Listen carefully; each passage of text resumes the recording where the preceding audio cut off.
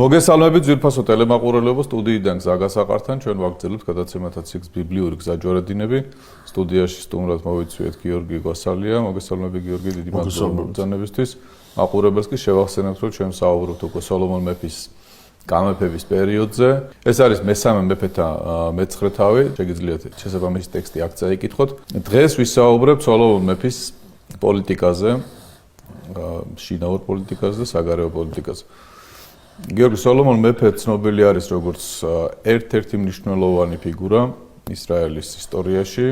სოლომონ მეფის შესახებ ბევრი თქმულა ბიბლიის გარეთაც და ზოგადად მიიჩნევა რომ მისი მეფობა იყო რაღაც მწვერვალი სახელმწიფო მოღვაწისა და იმ პერიოდში განსაკუთრებული ღვაწლი ჰქონდა ისრაელის სამეფოსთვის.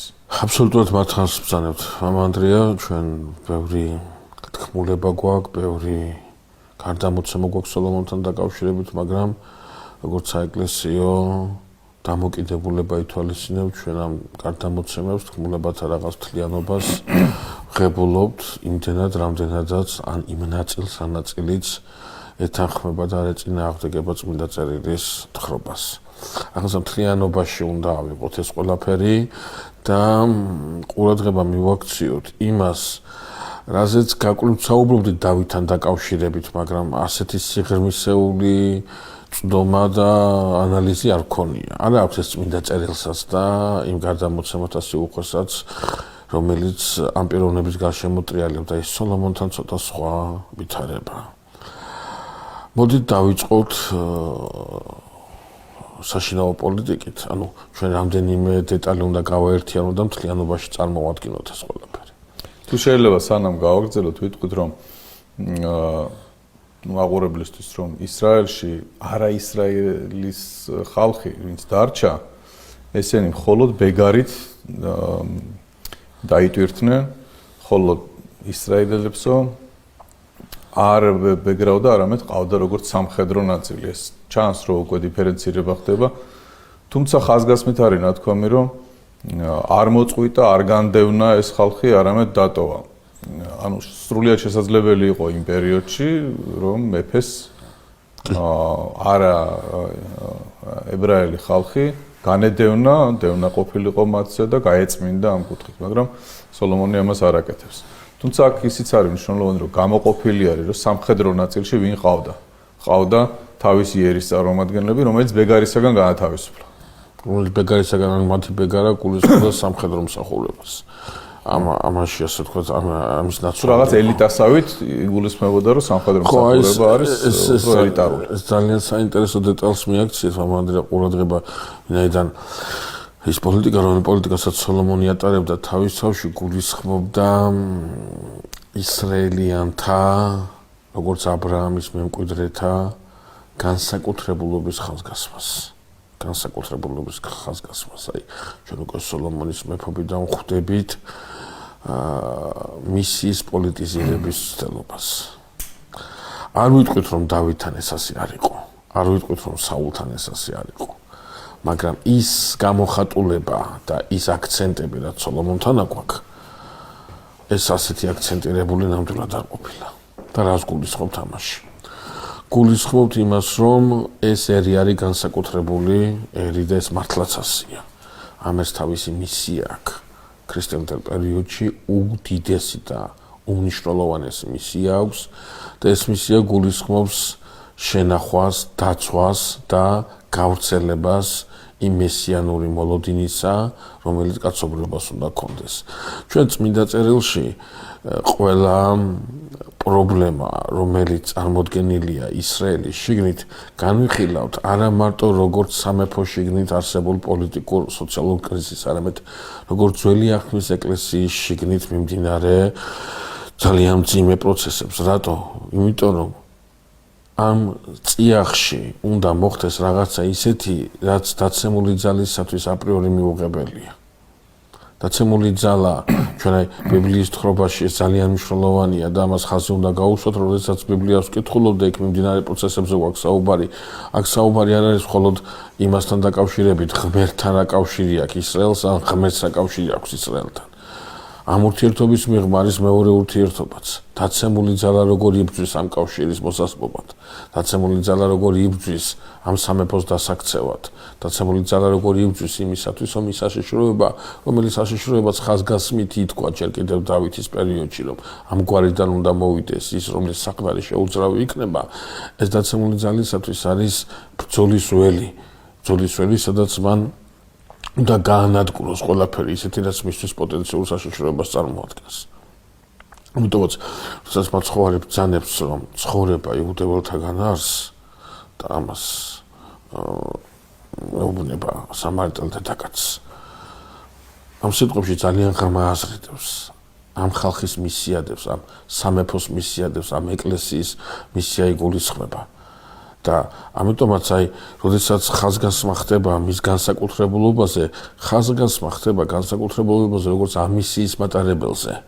მეხსიერების მქონე ხალხს. ხო, ამ მეხსიერების ამ ხალხმა უნდა იცოდეს, რომ ეს არის წიაღი, რომელიც წარმოიშვა იმისაგან, რომელთანაც ნათქვამია, შენ და მიკურთხება, შენში და შენგან იკურთხება, შენ და მიკურთხება ქვეყნიერების ყველა ხალხი, ყველა მოდგმა. ვიღაცა მოვა შენგან, რომელიც შენს მოდგმას კი არ ამყოფებს მარტო კურთხეულს, არამედ აკურთხევს და წმინდა ყოფს და დალოცავს ქვეყნიერების ყველა მოდგმას. აქ რაღაცა ინახება ისეთი, რომელიც მაკურთხებელი უნდა იყოს ხვალდაზეგ მთელი მსოფლიოს ხალხებისა. ყველას მაკურთხებელი უნდა იყოს.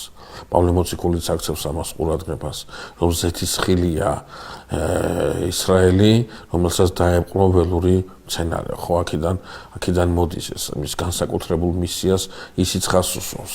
მაგრამ ჩვენ ყურადღებას ვაქცევთ იმას, რომ ნელ-ნელა ისრაელის გაძლიერებასთან ერთად ძლიერდება მისი მისიის ხაზგასმა არა ღირებულებითი რელიგიური თვალსაზრისით, არამედ როგორც პოლიტიკური მდგენელი კაცობრიობის ისტორიაში. ახლა პოლიტიკაზე ვთქვით, ეს ახლა ჩვენ რაც რასაც ხაზი გავუსვით არის ესეთი მისტიური მხარე ებრაელი ხალხის ცხოვრებისა და როდესაც პოლიტიკაზე საუბრობთ უკვე სოლომონ მეფე აკეთებს საყრდენად ქმნის იმ ხალხს, ვისაც ეს ისტორიული მეხსიერება აქვს, ვისაც მნიშვნელოვანი არის აბრაამი, ისააკი, იაკობი, მათი ცხოვრება, გამოცხადება ღვთისა, ამ ხალხზე აკეთებს აქცენტს და ეს დღევანდელ დღესაც ძალიან მნიშვნელოვანი არის. თუ გინდა რომ ესეთი ხერხემალი შეინარჩუნო ერის, ხო უნდა ყავდეს ერში ისეთი ხალხი, რომელიც ისტორიულ თავის წარსულს ძალიან დიდ მნიშვნელობას აქცევს და აგრძელებს ამას. თავისთავად ცხადია, მაგრამ აქ გვაქვს სწორედ ერთი ძალიან მნიშვნელოვანი საშიშროება, რომელიც დევს და რომლის გაუთვალისწინებლობაც ამ მეხსიერებას ამახინჯებს, კი არ კარგავს, არა ამახინჯებს და რომლის გათვალისწინებაც პირიქით ამ მეხსიერებას მართებულ ფორმაში ამყოფებს. რა არის ეს? ის რომ ისრაელი რომელიც იმავდროულად პოლიტიკური ერთეულია მსოფლიო რუკაზე თავისთავად ცხადია შინაარსდება ღირებულებითი მდგენელით.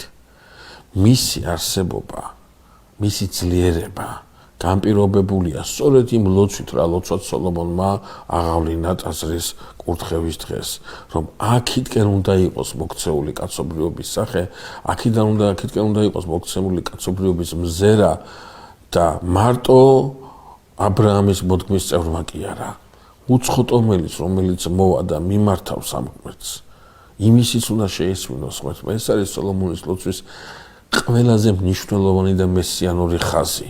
სოლომონი წვდება, რომ ეს რაც აშენდა, ვერ იქნება ვიწრო ნაციონალური ინტერესების მქონე არქიტექტურული სიდიადე.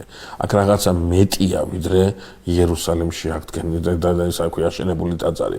ამ ტაძარმა უნდა განაპირობოს იერუსალიმის ძლიერება არაუდენ პოლიტიკური ნიშნით, არამედ იმ ნიშნით, რა შინაარსაც ისრაელი ატარებს. ისრაელმა უნდა დაამოწმოს, უნდა შეინახოს და უნდა გაავრცელოს მოლოდინი მესიის შესახებ. შესაბამისად, როდესაც ამ მდგენელზე გვაქვს საუბარი, ამ შინაარსზე გვაქვს საუბარი, ისრაელი არის დიდი და მნიშვნელოვანი იმდენად, რამდენადაც ამ შინაარსს ახორციელებს, როგორც კი დაიწყება სხვა პროცესი და ისრაელი, როგორც პოლიტიკურად ძლიერი სამეფო დარჩება მხოლოდ აზროვნების გამსაზღვრელი და მას გამოეცლება შინაარსი, რომ ამ პოლიტიკის მიღმა მას აქვს რაღაცა სულიერი მისია, აი ამ მისიის მდგენელის აღარ არსებობა და უდენ ისრაელის პოლიტიზირება თავისი ძლიერებით, რომელიც ღმერთისგან აქვს, მას იწვევს იმ აზროვნების დამახინჯებას, რა აზროვნებითაც ტაძარში ილოცა სოლომონმა. აი აქედან გვაქვს ჩვენ სწორედ კიდევ ერთხელ ვამბობ, აი ისრაელის განსაკუთრებულობა, მისი შინაარსის მნიშვნელობა, საულთანაც აგვაქვს, დავითთანაც აგვაქვს, მაგრამ არ არის აქცენტირებული იმ ნიშნით, მარტო იმ ნიშნით, პოლიტიკურ ნიშნითაც არის აქცენტირებული, მაგრამ შინაარსიც არის დაყალო, შინაარსი არაა გამოცლილი. აი სოლომონის დროს ნელ-ნელა იწყება ბალანსი ხო, შინაარსის გამოცლა და ხდება ჩვენ ხელში გვჩება პოლიტიკურად ძლიერი ისრაელის პროექტი, რომელიც ვერანაირად ვერ უპასუხებს იმ მისიას, რომელი მისიას და რატო ვამბობ ახლა ამას მე. ძალიან მნიშვნელოვანია დღეს ჩვენ ვიცოდეთ, აი დღეს არის ბევრი, რომელიც ფიქრობს, რომ რაღაცა პოლიტიკური ძლიერება, რაღაც სახელმწიფოს პოლიტიკური დომინირება არის ერთგვარი გარანტი, გამოსავალი ჭეშმარიტის. ეს არის აბსოლუტურად გამორიცხული. პოლიტიკური ძლიერება, სამხედრო ძლიერება კი არა. წმენითი ძლიერება და საზოგადოების ღირებულებითი ნიშნულისაკენ მიქცევა და აი ამ ღირებულებების, ჭეშმარიტი ღირებულებების გარშემო კონსოლიდაციაა გამოსავალი და რაღაცა ერთგვარი, როგორ ვთქვა, არ მინდა სიტყვა ხმამაღლა ჟღერდეს, მაგრამ თქვენ კარგად გამიგეთ, გარანტი იმისა, რომ თაობები ამ ჭეშმარიტების გზაზე დადიოდნენ. თუ კი ამის აი რაღაცა ჭეშმარიტების დაცვის გარანტად ჩვენ რამბელიმე სახელმწიფოს ძლიერებას, ამ პოლიტიკურ ძლიერებას, ამ სამხედრო ძლიერებას დავსახავთ მისნას, ჩვენ არსებითად შინაარს ვაცლით. არს ვაცლით იმ სიმტკიცეს, რომელ სიმტკიცეს ეს უნდა იდგეს ეკლესია. მთელი პრობლემა დგას ამაზე, რომ ძლიერება არის წმენაში, ძლიერება არის ღირებულებითად მართებულ ორიენტაციაზე სვლაში და არა ის გარეგნული რაც არის, უარსაყოფი კი არ არის. ისიც მნიშვნელოვანია, მაგრამ თავარი არ არის, გარანტი ვერ იქნება. სოლომონის დროს სწორედ აი ეს ერთგვარი ბალანსი არის დარღვეული და რაღაცნაირად პოლიტიზირებული. ახლა ეს დამოკიდებულება იცვლება, ეს დამოკიდებულება კორექტირდება მის როგორც საშინაო, ასევე საგარეო პოლიტიკაში. რას გულისხმობთ ამაში? ჩვენ საუბრისას, წინა შეხვედრებზე საუბრისას აღნიშნავდით და ვამბობდით, რომ ისრაელის გამფენა აღთქმულ მიწაზე, როდესაც ის შემოდის ის უნავესის დროს, დაინაწილებენ მიწებს, ტომებს თავთავიანთი სამკვდრებელი გაუჩნდება და შემდგომ იკავებენ მას. გასაგებია ტომობრივი კარჩაკეტილობის პრობლემის ფონზე, მაგრამ ყველას თავისი სამკვდრებელი აქვს, ყველას თავისი სივრცე აქვს და სამკვდრებელი რიცხობრიობის მიხედვით.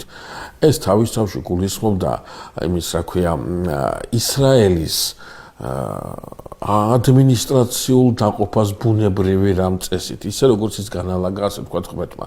როგორ განალაგა ღმერთმა? არ უდავიათ ერთმანეთში ტომებს იმასთან დაკავშირებით, ვინცაც დამკვიდრებულიყო. წილის ყრით კიდობნის წინაშე უფლის ნების მითითებით ყველამ თავისი სამკვდრებელი იმას აკრა და ამ სამკვდრებელში არავის ტომები ერთმანეთს არ ეცილებოდნენ თუ რაღაცა სხვა საკითხის შესახებ კონფლიქტს არ ვნახავთ ეფრემის ტომსა და სხვა ტომებს შორის, ხო? აი ამ სივრცის გადანაწილების თვალსაზრისით კონფლიქტი ტომებს შორის არ ყოფილა. ახლა საინტერესო გახლავთ კიდევ ერთი დეტალი. გახსოვთ თავის დროზე ჩვენ საუბრობდით 70 უხუცესის გამორჩევის შესახებ ჯერ კიდევ მოსეს დროს, როდესაც უზენაესი საკანონმდებლო დელეგირება გააკეთა ხელისუფლების. ხელისუფლების აი უზემოესი ორგანო ჩამოყალიბდა, რომელსაც ევალებოდა მეთვალყურეობა და გადაუნაწილა ხო. ხო. ახლა ეს 70 უხუცესი ჩვენ თავის დროზე ვთქვით, საიდან მოდის ეს 70 უხუცესი? მოდის იმ სოციალური ქსოვილიდან, რომელზეც ისრაელი შენდებოდა. ქვემოთა საფეხურში, ანუ ძირითად საფეხურზე ყვანან ისრაელიანი მამაკაცები, მოქალაქეები, არა მარტო მამაკაცები, ამ შემთხვევაში ოჯახის უფროს, ამას ვაქცევ ყურადღებას, თორე დედაკაცის ის არ არის არანაირად დაკლინებული. ეს ოჯახის უფროსები იკრიბებოდნენ და ოჯახის თავს ირჩევდნენ, შემდგომ გვარის მეთაურს ირჩევდნენ, გვარის მეთაურები იქნებოდა და ხო აი ასე მიდიოდა 70 იკრიბებოდა, ან 72 არის აზრი რომ 72 თითო ტომიდან 6 იკრიბებოდა და ეს იყო ანუ ადმინისტრაციული ბუნებრივი სახით ადმინისტრაციული დაყოფა რაც ისრაელის ტერიტორიაზე, ქანაანის ტერიტორიაზე უკვე ისრაელის სამეფოში მიმდინარეობდა ეს სრულიად იყო ჰარმონიზირებული აი ამ ქსოვილთან, აი ამ არჩევნებთან, რომელიც 70 თუ 72 კაცის უხუცესის სახით იყო წარმოდგენილი. სოლომონი იწყებს ისრაელის ადმინისტრაციულ დაყოფას არა ტომობრივი საზღვრების მიხედვით, არამედ გადაალაგებს ამას და ადმინისტრაციებს დაყოფს ისე რომ თითო ადმინისტრაციაში შესაძლებელი იყო 2-3 ტომის ასე ვთქვათ საზღვარი მოქცეულიყო. ეს საწერია გიორგისაც შეიძლება. ეს ამის შესახებ ესე იგი ჩვენ ცნობა გვაქვს როგორც მეფეთა და ნეშტა წიგნებში ასევე ასე ვთქვათ ისრაელის ისტორიის ძალიან საინტერესო კვლევარები ამას აქცევენ ყურადღებას. ამიტომ ესე დაწრულებით ბიბლიის ტექსტში რა ხო და საინტერესო გახლავთ ისიც რომ როდესაც ადმინისტრაციული დაყოფა აი ამ სხვა ნიშნით წავიდა, ანუ ადმინისტრაციის შიგნით ერთი ტომი, ადრე ადმინისტრაციის შიგნით ერთი ტომი იყო, მაგრამ ახლა ადმინისტრაციის შიგნით გვაქვს რამდენიმე ტომი, 2 ან 3 ტომი. შესაბამისად, ის არჩევნები, რომელი არჩევნები ტომის შიგნით მოდიოდა და შემდგომ ჯერ ოჯახის შიგნით, მერე გვარის შიგნით, მერე ტომის შიგნით და მერე ტომთა ერთობას წარმოადგენდა ზემო 70-72 კაციანი კრებული, ეს სტრუქტურა ირღვევა. ვინაიდან ადმინისტრაციის შიგნით უკვე ერთი ტომის წარმომადგენლები, ერთი შტოს წარმომადგენლები ვეღარ იკრიბებიან, იქ უნდა მოხდეს რამდენიმე შეკრება რომ მოხდეს სხვა ადმინისტრაციას აკლდება ეს ყველაფერი და ამიტომ თითქოს შიდა რაღაც აი ამ ბუნებრივ მასა ქვია წესრიგს სოლომონი ერთგვარად სხვა ყაიდაზე მოაწყობს. რა არის ამის პრინციპი? ამის პრინციპი არის ის საშიშროება, რაც სოლომონმა დაინახა ჯერ კიდევ დავითის მეფობაში, რომ ბენიამინის ტომს არ ქონდეს ის წარმომადგენლობა, რომელიც წარმომადგენლობას უხუცესთა საბჭოში ხმა მაღლა დაიყვერებს და იტყვის, რა საერთო გაქვს ისრაელ და იესეს სახლში, შენი კარბებისაკენ და ასეთი მოწოდებები. იმისათვის, რომ აი 70 კაციანი თუ 72 კაციანი ეს უზემოესი კრებული იყოს ცენტრალიზებული და იყოს ასე ვთქვათ მასე რა ქვია აზრზე მოაზროვნე მოშლის საშიშროებას აი ამ ერთგვარი შიდა დამოუკიდებლობისა და ცენტრალიზებულებას გააკეთებს, რა ქვია, წყობას წარმოადგენს. ეს ერთი შეხედვით თითქოს დადებითი მოვლენაა, მაგრამ კიდევ და კიდევ ვამბობ, რომ ეს ერთობა ისრაელის საკრებულობაში უნდა განპირობებული ყოფილიყო ღირებულებითი ნიშნით და არა პოლიტიკური და სოციალური ადმინისტრაციული ძალადობის ნიშნითაც განახორციელა სოლომონმა. ახლა ყურადღება მივაქცევთ ძალიან საინტერესო მომენტს, რომ აი ეს ადმინისტრაციული დაყოფა შეეხო მთელ ისრაელს იუდას ტომის გარდა. იუდას ტომს ეს არ ეხება. და თუ ეხება, ჩვენ შეგვიძლია ვივარაუდოთ სოლომონის შემდგომი პერიოდის იმას აქვია დეტალებით, რომ თუ ეხება მისთვის სასარგებლო და არა მისთვის საზიანო. ბენიამინის ტომი შემოდის იმას აქვია იუდას ადმინისტრაციაში. ანუ ყველაზე ისეთი ტომი, რომელიც დავითის დროს ეს ტომი შემოდის. ამიტომაც რაღაცნაირად აღმოჩნდა, რომ ყველა ტომი რაღაცაზე დაზარალებულია იუდას ტომის გარდა. აქედან გამომდინარე ისტორიკოსები ყურადღებას აქცევენ იმასაც, რომ სწორედ ამის გამო აი ამ რეფორმის, არა მარტო ამის, მაგრამ ამ რეფორმის გამოსაც უკვე სოლომონის მეფობის დროს იწყება უკმაყოფილება არა სოლომონის მიმართ, მარტო არამედ იუდას ტომის მიმართ. მოდი გავიხსენოთ დავითის დროს რა იყო. დავითის დროს ტომები ერთმანეთთან კამათობდნენ და ისრაელიანი ტომები, ანუ იუდას ტომის გარდა სხვა ტომები, ამბობდნენ რომ მეფეო ჩვენი უფროა ვიდრე თქვენი, როდესაც აბესალომის დევნის შემდგომ დავითი გადმოყავთ იმას რა ქვია იორდანის მდინარის დასავლეთით, ხო? და მთელი კამათია და მთელი დავა ატეხილი იუდას ტომის უხუცესებსა და დანარჩენი ისრაელის ტომის უხუცესებს შორის, ხო? და ეს შიდა კონფლიქტი თავის თავში გულისხმობდა პრეტენზიას და საშიშროებას, იმიტომ რომ მეფე რო იუდას ტომიდან იყო, ამით იუდას ტომს არ მიეღო რაღაცა პრივილეგიები და დავითის დროს იუდას ტომი არ იღებს პრივილეგიებს. აი სოლომონის დროს იუდასტო მიიღებს პრივილეგიებს. ამიტომაც ერთ-ერთი მკვლევარი ძალიან კარგად ამბობს, რომ სოლომონის დროს ისრაელს უყვარდა იერუსალიმი, მაგრამ არ უყვარდა სოლომონი. იმ დროს, როდესაც დავითის დროს ისრაელს უყვარდა იერუსალიმიც და უყვარდა დავითიც. ეს ძალიან მნიშვნელოვანი მომენტია. ანუ ეს შიდა რეფორმები, რომელიც აშკარად სახელმწიფოებრივია და დადებით კონტექსტში ისმინება, შინაარსი როგორც კი გამოცლილი აქვს მას, როგორც კი აცდენილია იმ ბუნებრივ წყობას, რა წყობითაც ისრაელს აშენებს თავად საფრთხო განგებულება, ჩვენ ვიღებთ რაღაცა სიცარიელეს, რაღაცა საშიშროებას ამ სიკარგეში, რომელიც სოლომონის მეფობის შემდგომ მომენტალურად იჩენს თავს და ამის შესახებ ჩვენ მერე ვისაუბრებთ.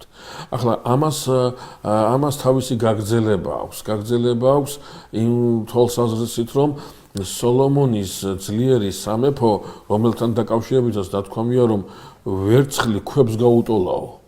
ანუ იმდენად დიდარია ისრაელი, რომ აი უბრალო ქვის ფასად არის ვერცხლი დასული, იმდენად უხვად მოიპოვება ზოგადად ვერცხლი ყოველთვის იყო, ახლა რატო არის ოქრო, რატო არ არის ნახსენები და ვერცხლია ნახსენები, ვერცხლი ყოველთვის იყო უფრო იშვიათი და უფრო ისეთი მეტალი, ვიდრე ოქრო ან სპილენძი.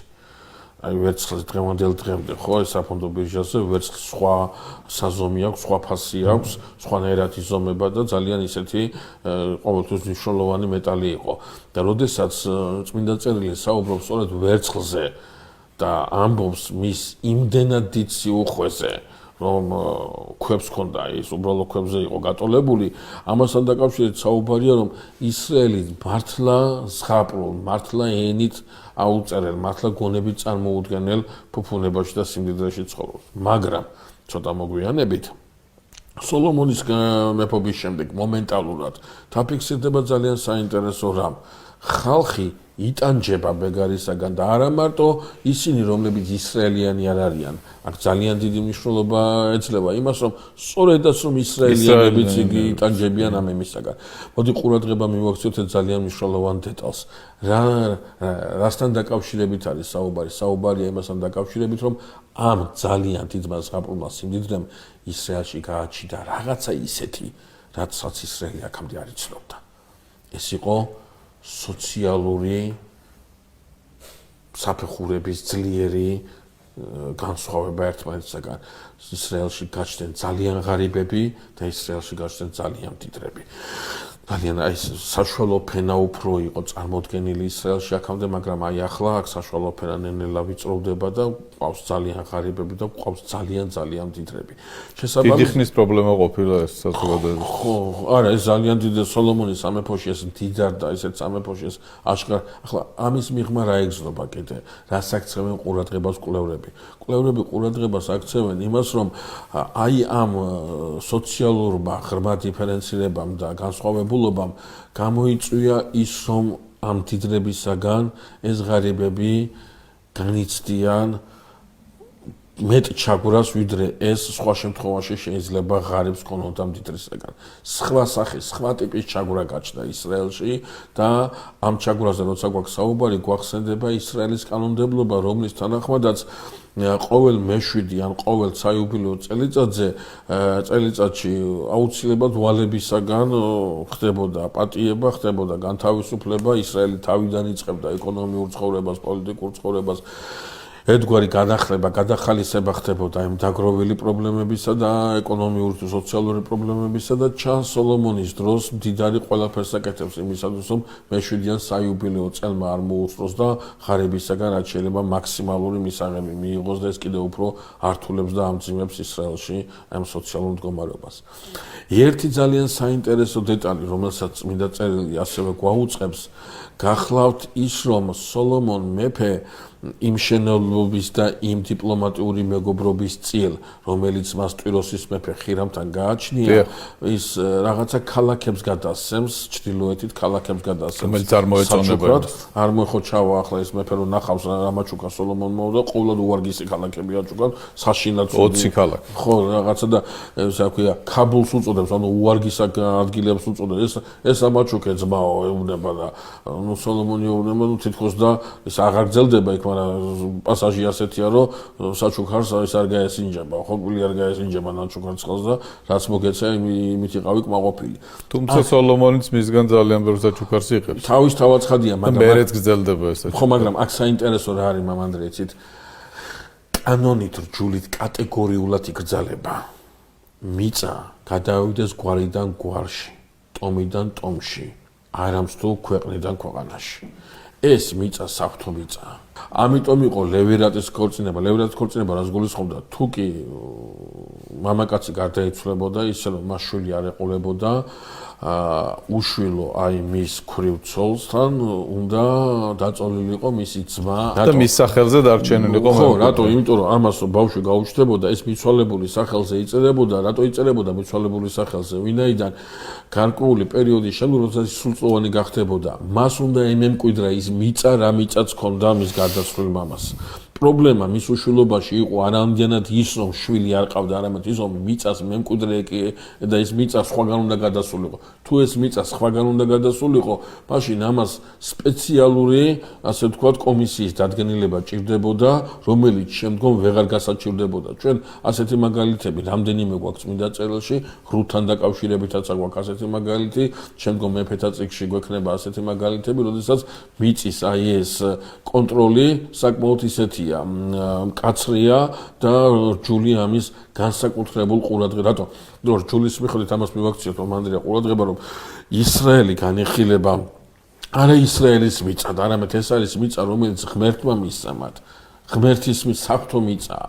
ღმერთისაგან მიცემული ისრაელი, როდესაც ისრაელს იცავს, ისრაელიანი, როდესაც თავის სამშობლოს იცავს, მას აქვს აი ეს მენტალური კვეთა აქ, რომ ეს არის რაღაცა ისეთი სამკვიდრებელი, რომელიც ღმერთმა მომცა და იმას ვიცავ. ჩემს სამშობლოს კი არ ვიცავ მარტო, ღვთის საჩუქარს ვიცავ.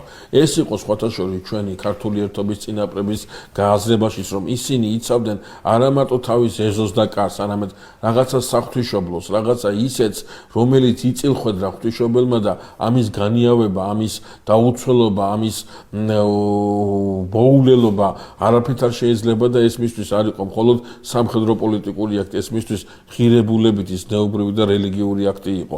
ეს ძალიან მნიშვნელოვანია ჩვენ დღესაც ხო, აი ეს იდეა უნდა გავიხსენოთ, რომ ჩვენი სამშობლო ეს არის არა მარტო ჩემი ეზო და კარი, სადაც მე ეგოისტურად ჩავიკეტები და მეზობელს ყურადღებას არ მივაქცევ და თავარია ამ ეზოში იყოს ყველაფერი ეს მოწესრიგებული. არა, მთელი ეს სივრცე არის ჩემთვის საპასუხისმგებლო სივრცე. ეს არის სივრცე, რომელიც ღვთისმშობელმა იწილხვედრა და ამ სივრცეს ჭირდება მოვლა და ამ მოვლიზოს მე პასუხისმგებელი ვარ არა მარტო იმ ხალხზე, რომელიც ამ ტერიტორიაზეა განლაგებული, არამედ მის წინაშე, რომელიც წილხვედრის არის ეს მიწა. უწინარეს ყოვლისა მის წინაშე მაქვს ეს პასუხისმგებლობა. ეს იქნება მართველი, ეს იქნება მთავარი, ეს იქნება, რა ვიცი მე, წინამძღოლი თუ ვინც იქნება და როგორც იქნება. პასუხისმგებლობა. დღეს ჩვენი პრობლემა რა არის? დღეს ჩვენი პრობლემა არის, რომ შევპირდეთ ის, რაც გაუხარდება ხალხს, მაგრამ არ ვფიქრობთ იმაზე, რომ გავაკეთოთ ის, რაც სათნო იქნება მისთვის, რომელმაც იწილხვედრა მთელი ეს ქვეყანა. როდესაც ჩვენ გადავაწყობ ჩვენ აზროვნებას იმაზე, რა არის სათნო მისთვის სათნო არის სწორედ ის, რაც ამ ქვეყანას უშველის, ამ ხალხს უშველის და ფეხზე დააყენებს. ასე უნდა ეცხოვრა ისრაელსაც. ისრაელი ეს არ არის მხოლოდ პოლიტიკური წერტილი. ისრაელი ეს არის საღვთო შესაკრებელი. ისრაელი ეს არის საღვთო სამსახურებელი. და როდესაც სოლომონი ამ ქალაქებს, ჩრდილოეთ ქალაქებს მოხსნის და ასე უდარდელად გადასცემს უცხო მეფეს, ის პირდაპირ აგრძელებს, ის პირდაპირ ამბობს ეს ძალიან მნიშვნელოვან რამეს, ისეთ რამეს, რომელიც წმინდა წერილში სახეობრივად შემდეგი სიტყვებით არის მოცემული, რომ სოლომონმა 20 წლის შემდგომ დაასრულაო ორი სახლის შენება. რომელ სახლზეა საუბარი? უფლის სახლზე და სამეფო სახლზე. აი აქ სოლომონი აშკარად არის მეფე, რომელიც გვერდით უზის ზეციურ მეფეს და ზეციურ მეფე, რომელიც განაგებს რაღაც ზეციურ კანონებს, ხოლო სოლომონმა იცის როგორ განაგოს ისრაელის კანონები. რაღაცა მეტი გახდა სოლომონი ვიდრე კონსტიტუცია, რაღაცა მეტი გახდა სოლომონი ვიდრე ის კანონმდებლობა, რომელმაც უნდა განსაზღვროს ისრაელის როგორც კულტურული, როგორც ასე ვთქვათ, რომელმაც უნდა განსაზღვროს ისრაელის იდენტობა, რომელმაც უნდა განსაზღვროს ისრაელის თავისთავადობა, ახლა ამას საღვთო კანონები ის ღირებულებათა სისტემა კი არ განსაზღვრავს, რაც ღმერთმა მისცა ისრაელს. ახლა ამას თვითონ სოლომონი განსაზღვრავს თავისი პოლიტიკური შეხედულებებით. ახლა აქედან მომდინარე ეს არის სოლომონის არჩევანი. ეს არის სოლომონის არჩევანი, მაგრამ მარტო სოლომონის არა მომანდრი. მე თავისთავად ცხადია სოლომონი ამის თავში და თავისთავად ცხადია ავტორი სოლომონი ამისა, მაგრამ აქ სოლომონის გარშემო შეკრებილ საზოგადოებასაც უნდა მივაქციოთ ყურადღება. ეს საზოგადოება, რომელიც სოლომონს უწონებს ამ საქციელს, ეს საზოგადოება, რომელიც კმაყოფილია სოლომონის ამ რეფორმებით, ეს არის მდიდარი თვითკმაყოფილი სოლომონის პოლიტიკით, აბსოლუტურად. მაგრამ სოლომონს ხო ყავდა უხუცესებიც. ამ უხუცესებზეა საუბარი. ამ უხუცესებიდან პროტესტი არის. ანუ აქ ჩვენ დავითის მეფობასთან რო შეპირისპირება წარმოვიდგინოთ სოლომონის მეფობის, არის ერთგვარი უკუსვლა იმ თვალსაზრისით, რომ რაღაცა საკრალური იკარგება თითქოს, დიდი ენერგია ყურადღება მიაქვს პოლიტიკას, ერთგვარი აზარტი შემოდის გამდიდრების და აი ამ აზარტის ცნობიერების ცენტრში მოხვედრით პერიფერიებზე გადაინაცვლებს თავარი ღირებულებები, რაც არის, რასაც ისტორიის განმავლობაში მოყავდა ებრაელი ხალხი და ამიტომ ბალანსი ირღვევა თითქოს. დავით მეფის დროსაც სახელმწიფო ძლიერი იყო, თუმცა აქ სოლომონი განსაკუთრებულ ნიჭს იჩენს პოლიტიკური თვალსაზრისით და ზოგი რაღაცა იკარგება მისი თვალსაწიერიდან. როგორც ეს ქალაქები დაიკარგა, როგორც აქცენტს აკეთებს თქვა სხვა რაღაცა უფრო პრიორიტეტული მიაჩნია პოლიტიკური თემები. გიორგი, ძალიან მნიშვნელოვანი იქნება ახლა აქ, როგორც გადაცემის სათაურის მიხედვითაც, ხო? საჯვარედინი სად არის სოლომონისთვის? აი, გვაქვს ჩვენ დავითის მეფობა, დავით მეფე სწორედ ასე აღიქონს გოლიათთან შებრძოლების დროს, რომ ის იბრძვის არა პირადი რაღაცა მის საჩვენებლად, გმირობის საჩვენებლად, არამედ შეურაცხყოფას გრძნობს, რომ მთელი ერია შეურაცხყოფილი, საღვთო ერია შეურაცხყოფილი და ამას ეწინააღმდეგება, ღვთისახელით გადის იქ. და დავით მეფის მეფობის დროსაც ისრაელი ძლიერია, სოლომონის დროსაც ძლიერია, მაგრამ სადღაცას ჩნდება პატარა ბზარი, უკვე ხედავთ ჩვენ ამას, რომელიც მერე ბოლოში ძალიან დიდ ნაპრალს აჩენს დავითის მეფობასა და სოლომონის მეფობას შორის. აი, სად გადაუხვია სოლომონმა, რა იყო ის შტრიხი, რომელიც გამორჩა მას, არ მიაქცია ყურადღება, ან ვერ მიაქცია ყურადღება. ძალიან მნიშვნელოვანი კითხვა, ანდრე და მოდი წმინდა წერილს მიმართოთ. როდესაც ტაძრის შენებლობა დასრულდება და ყველაფერი, ასე ვთქვათ, სრულყოფით იქნება გასრულებული, უფალი კიდევ ერთხელ ეცხადება სოლომონს და ეუბნება, რომ შეისმინა მისი ლოცვა და მისი თვალი და მისი ყური ყოველთვის ამ სახლში იქნება. ძლიერებას არ მოაკლებს სოლომონის სამეფოს, მაგრამ თუკი სოლომონი, თუკი მისი შთამომავლები, თუკი ისრაელი არევიან იმ გზაზე, რომელ გზაზეც დავითი დადიოდა, არ შეასრულებენ მის ცნებებს, არ დაიცავენ მის წესს, მის სამართალს. მე თვითონ დავანგრევ აქაურობას, მე თვითონ მოვშლი აქაურობას. ისე მოვშლო, ვინმე კი თუ ნახავს ამას, იტყვიან ასეთი რითი განარისხა ამ ერმა, ღმერთი რომ ასეთი რაღაცა დამართავ. სასაცილოდ გავხდე. სასაცილოდ და საიგავოდ გაქცევთო, ისეთ რაღაცას გავაკეთებო. აი, ყურადღება მივაქციო ძალიან მნიშვნელოვან რამეს, რომ სოლომონი აგებს ტაძარს და ტაძრის აგებით სოლომონი იღებს პასუხისგებლობას, ის პასუხისგებლობას ამ ტაძრის ფუნქციის წინაშე. ამ ტაძარს ფუნქცია თუ დაეკარგა, თვითონ ტაძარი არაფრის გამკეთებელი არა ამ სიტყვის აბსოლუტურად დადებითი და კარგი გაგებით. ტაძარი თუ დაცარიელდა და ტაძარი თუ იქნა მხოლოდ სიმბოლო სოლომონის მეფობის ძლიერებისა რაღაცა ნიშანსვეტი იმისა, რომ რა მაგარი რაღაცა გააკეთა სოლომონის დროს ისრაელმა, ეს ამ ხალხში გახდება სიამაყის, ეს ამ ხალხში გახდება ქედმაღლობის საბაბი, რაც ვერანაირად ამ ხალხს ღმერთთან ვერ დააკავშირებს. ტაძრის შეგნებას აქვს არა ინიციატივის შინაარსი, მხოლოდ ამ პასუხისგებლობის შინაარსიც. ტაძრის შენების ინიციატივა კარგია და უპირობო დადებითი მოვლენაა, მაგრამ თუ კი ის მხოლოდ ინიციატივით და მისი მშენებლობის იმით სრულდება და პასუხისგებლობა უკვე ამ ტაძრის აშენების მერე რაც უნდა მოხდეს იხსნება, მაშინ ამ ტაძარს ამ ტაძრის გარშემო ძალიან დიდი პრობლემები მოიყრის თავს. ღმერთი ეუბნება სოლომონს სწორედ ამას. ის რაც ჩემს ადიდებლადაა. მე თვითონ დავანგრევ, მე თვითონ მოვშლი, ამგვარად თქვენც გაგრეკავთ ამიტომ. აქ პრობლემა რაშია? არსებობს რაბინული გარდამოცემა, რომელიც ჩემთვის არის ძალიან ისეთი რაღაცა იმპულსის მომცემი ამასთან დაკავშირებით, რომელიც მე წმინდა წელში თავის თავაცხადი აპოვებს თავის გამოვლენებას, რომ სოლომონმა ტაძარი რო ააშენა, მეორე დღეს ხობს შეწირვაზე აღარ წავიდა. ანუ ტაძარს მიანიჭა თავისთავადი მნიშვნელობა. ტაძარი არ გაშინა. მოდი ახლა ერთი მნიშვნელოვანი რამე გავიხსენოთ წმინდა წერილიდან. გავიხსენოთ ელია მღვდელმთავარი და მისი შვილები, რომლის დროსაც კიდობანი იკარგება. რატო იკარგება მაშინ კიდობანი?